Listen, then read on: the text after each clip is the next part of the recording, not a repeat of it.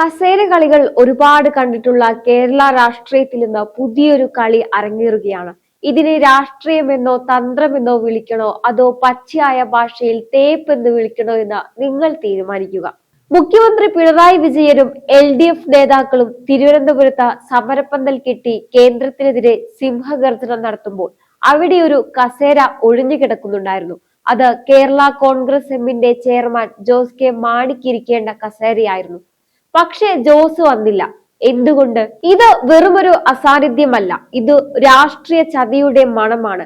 പിണറായി വിജയൻ എന്ന ക്യാപ്റ്റന്റെ കപ്പൽ മുങ്ങാൻ തുടങ്ങുകയാണെന്ന് ആദ്യം തിരിച്ചറിഞ്ഞത് ജോസ് ആണോ? ഭരണവിരുദ്ധ വികാരം ആളിക്കത്തുമ്പോൾ സഭയും അണികളും കൈവിടുമെന്ന് പേടിച്ച ജോസ് കെ മാണി UDFന്റെ പടിവാതിൽ മുട്ടുകയാണോ? VD സതീശനും സംഘവും വാതിൽ മലർക്കെ തുറന്നിട്ടിരിക്കുകയാണ്.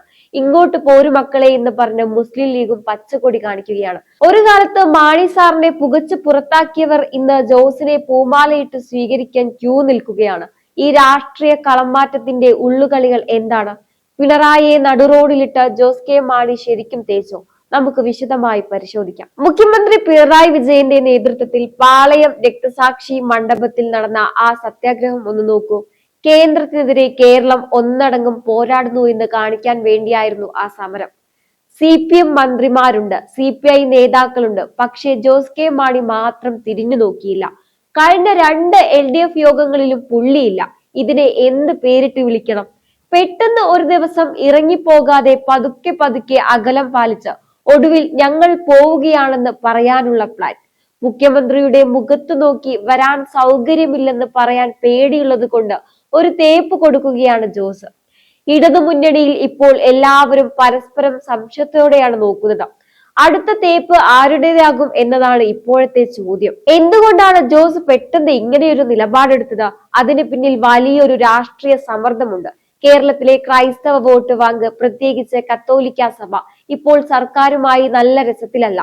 വന്യജീവി ആക്രമണം, മലയോര കർഷകരെ കൊന്നൊടുക്കുമ്പോൾ സർക്കാർ നിഷ്ക്രിയമാണെന്ന് സഭ വിശ്വസിക്കുന്നു. ദീപിക പത്രത്തിന്റെ എഡിറ്റോറിയലുകളൊന്ന് എടുത്തു വായിച്ചു നോക്കൂ. സർക്കാരിനെതിരെ അവർ ആലടിക്കുകയാണ്. സഭയും അണികളും ഇടഞ്ഞാൽ മാണി ഗ്രൂപ്പിന് നിലനിൽപ്പില്ലെന്ന് ജോസ് സാറിന് നന്നായി അറിയാം. 2021 12 സീറ്റിൽ മത്സരിച്ച വെറും 5 സീറ്റിൽ ഒതുങ്ങിയ മാണി ഗ്രൂപ്പിന് പിണറായിയെ താങ്ങി പിടിച്ചു നിന്നാൽ അടുത്ത തവണ വട്ടപൂജ്യം കിട്ടുമെന്ന് ഉറപ്പാണ്. അതുകൊണ്ട് മാനം രക്ഷിക്കാൻ ഒരു കപ്പൽ മാറ്റം ജോസ് കെ മാണി ആഗ്രഹിക്കുന്നുണ്ട്. ഇപ്പുറത്ത് UDF ക്യാമ്പിൽ ഇപ്പോൾ വലിയ തോതിലുള്ള വിപുലീകരണ ചർച്ചകളാണ് നടക്കുന്നത്. VD സതീശനും സംഘവും ജോസ് കെ മാണിയെ തിരികെ എത്തിക്കാൻ വലിയ നീക്കങ്ങളാണ് നടത്തുന്നത്. ലീഗും ഇതിന് പച്ചക്കൊടി കാണിച്ചു കഴിഞ്ഞു. ഭരണമാറ്റം ഉറപ്പിക്കാൻ ജോസിനെ പോലുള്ളവരുടെ സഹായം വേണമെന്ന് കോൺഗ്രസ് കരുതുന്നു. സാമ്പത്തിക പ്രതിസന്ധി കാരണം ക്ഷേമ പെൻഷൻ കൊടുക്കാൻ കാശില്ല, സപ്ലൈകോയിൽ സാധനങ്ങളില്ല, KSRTC ജീവനക്കാർക്ക് ശമ്പളമില്ല. ഇത്രയും വലിയ ഭരണപരാജയം നിൽക്കുമ്പോൾ ക്യാപ്റ്റന്റെ കൂടെ നിന്നാൽ തങ്ങളും മുങ്ങിച്ചാവുമെന്ന് ഘടകകക്ഷികൾ ഭയപ്പെടുന്നു. ഈ നാണക്കേട് ചുമക്കാൻ ജോസ് കെ മാണിക്ക് സൗകര്യമില്ലെന്ന് പുള്ളി പരോക്ഷമായി പറയുകയാണ്. പണ്ട് KM മാണി സാറിനെ നിയമസഭയിൽ ബജറ്റ് അവതരിപ്പിക്കാൻ സമ്മതിക്കാതെ കസേര വലിച്ചെറിഞ്ഞവരാണ് ഈ CPM-കാർ. അന്ന് മാണി സാറിനെ അഴിമതിക്കാരൻ എന്ന് വിളിച്ചവർക്ക് ഇന്ന് ജോസിനെ കെട്ടിപ്പിടിക്കാൻ നാണമില്ലെങ്കിലും പഴയ മാണി അനുനായികൾക്ക് അത് മറക്കാൻ കഴിയില്ല. ആ ആത്മാഭിമാനം ഇപ്പോൾ ജോസ് കെ മാണിയിൽ ഉണർന്നിട്ടുണ്ടാകാം. എന്തുകൊണ്ടാണ് ജോസ് ഈ കളി കളിക്കുന്നത്? ഉത്തരം ലളിതമാണ്. ഭരണവിരുദ്ധ വികാരം. മലയോര കർഷകർ ഇപ്പോൾ സർക്കാരിനെതിരെ വാളെടുത്തിരിക്കുകയാണ്. റബ്ബർ വില കൂപ്പുകുത്തുന്നു, വന്യജീവികൾ കർഷകരെ കൊന്നൊടുക്കുന്നു, ബഫർ സോൺ പ്രശ്നത്തിൽ സർക്കാർ കർഷകരെ ചതിക്കുന്നു.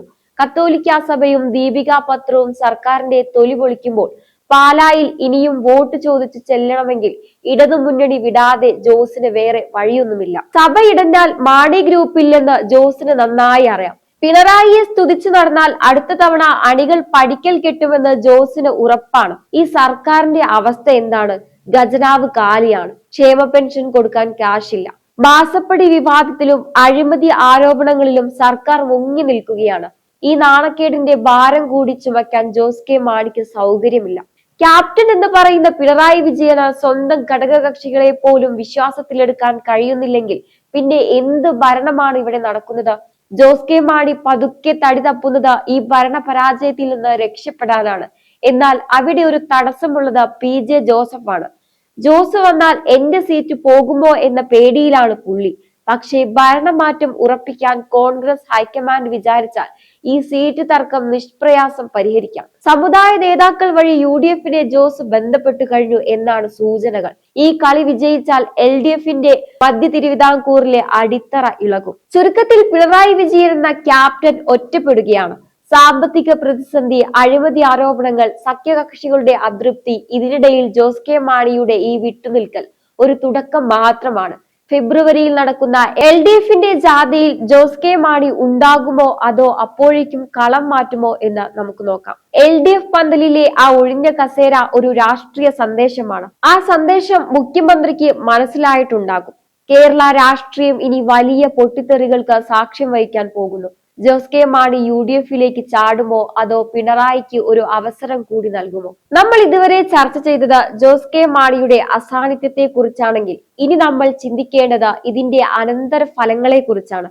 കേരള രാഷ്ട്രീയത്തിൽ ഇത്രയും കാലം നിലനിന്നിരുന്ന ആ ഇടതുപക്ഷ കരുത്ത് അല്ലെങ്കിൽ ക്യാപ്റ്റൻ അതിന്റെ അവസാന അധ്യായത്തിലേക്ക് കടക്കുകയാണോ എന്ന് പലരും ചോദിക്കുന്നുണ്ട്. ജോസ് കെ മാണി പോയാൽ LDFന് എന്ത് സംഭവിക്കുമെന്ന്. പക്ഷെ യഥാർത്ഥ ചോദ്യം അതല്ല. ജോസ് കെ മാണി പോയാൽ അടുത്തത് ആര് എന്നതാണ്. ഭരണ തുടർച്ചയുടെ ലഹരിയിൽ ഘടകകക്ഷികളെ അവഗണിച്ചതിന്റെ വിലയാണോ ഇപ്പോൾ പിണറായി വിജയൻ നൽകിക്കൊണ്ടിരിക്കുന്നത്? ഒരു കാലത്ത് ആരെയും പേടിക്കാതെ ഭരിച്ചിരുന്ന CPM ഇന്ന് ഒരു ഘടകകക്ഷി നേതാവ് സമരത്തിന് വന്നില്ലെങ്കിൽ അത് വാർത്തയാകുന്നത്ര ദുർബലമായി മാറിയോ എന്ന് നമ്മൾ ചിന്തിക്കണം.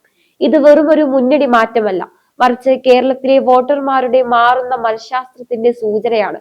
ജനങ്ങൾ ഭരണമാറ്റം ആഗ്രഹിക്കുന്നു എന്ന് ബോധ്യപ്പെടുമ്പോഴാണ് രാഷ്ട്രീയത്തിലെ അവസരവാദികൾ താവളം മാറ്റാൻ ശ്രമിക്കുന്നത്. ജോസ് കെ മാണി കാണിച്ച ഈ ധൈര്യം നാളെ മറ്റ് ചെറിയ കക്ഷികളും കാണിക്കില്ല എന്ന് ആർക്ക് പറയാൻ പറ്റും? CPI പോലും പല കാര്യങ്ങളിലും അതൃപ്തി പരസ്യമാക്കുന്ന ഈ സാഹചര്യത്തിൽ വരും ദിവസങ്ങളിൽ LDF എന്ന വലിയ കെട്ടിടത്തിലെ ഓരോ ഇഷ്ടികയും ഇളകി വീഴുന്നത് നമ്മൾ കാണേണ്ടി വരും. അതുകൊണ്ട് സമരപന്തലിലെ ആ ഒഴിഞ്ഞ കസേര പിണറായി വിജയനുള്ള ഒരു മുന്നറിയിപ്പ് മാത്രമല്ല, അത് വരാനിരിക്കുന്ന ഒരു വലിയ കൊടുങ്കാറ്റിന്റെ മുൻഗാമിയാണ്. അടിമത്തം അവസാനിപ്പിച്ച സ്വന്തം രാഷ്ട്രീയ നിലനിൽപ്പിനായി ജോസ് കെ മാണി നടത്തുന്ന ഈ കരുനീക്കം വിജയിക്കുമോ? എന്തായാലും ഈ ഒരു വിഷയത്തെ കുറിച്ചുള്ള നിങ്ങളുടെ അഭിപ്രായങ്ങൾ കമന്റ് ബോക്സിൽ രേഖപ്പെടുത്തുക. മറ്റൊരു വിഷയവുമായി വീണ്ടും കാണാം. നന്ദി.